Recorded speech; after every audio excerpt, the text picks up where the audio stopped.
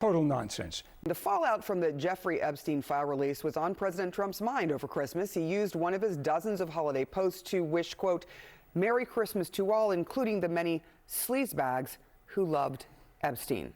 It comes as the Justice Department now says it has uncovered more than 1 million additional documents potentially related to the case, and that it may need a few more weeks to review and release them to the public.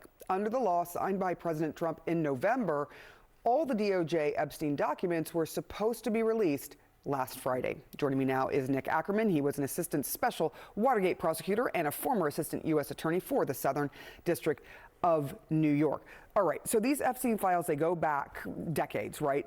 Correct. How can something like this happen where the DOJ on Christmas Eve, mind you, suddenly says, hey, we're now become aware of more than 1 million more files potentially related to Epstein that it's going to take us weeks now to send out to the public? Total nonsense. They had to know that these files existed right from the get-go.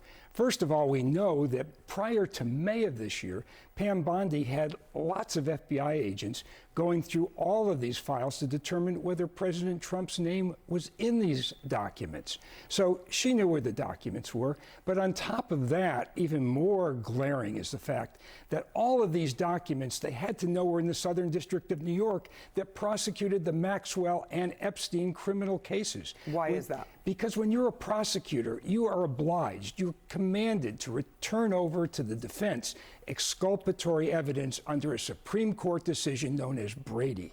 And in order to do that, you have to get every file that's in the federal government, whether it's in the FAA or some other agency, they have to be under your control so you can comply with your Brady obligations. And certainly Todd Blanche, who was in charge of this whole matter, was a former assistant U.S. attorney in the Southern District of New York. He should have known that. So they had to know that these were there. There's no excuse for it.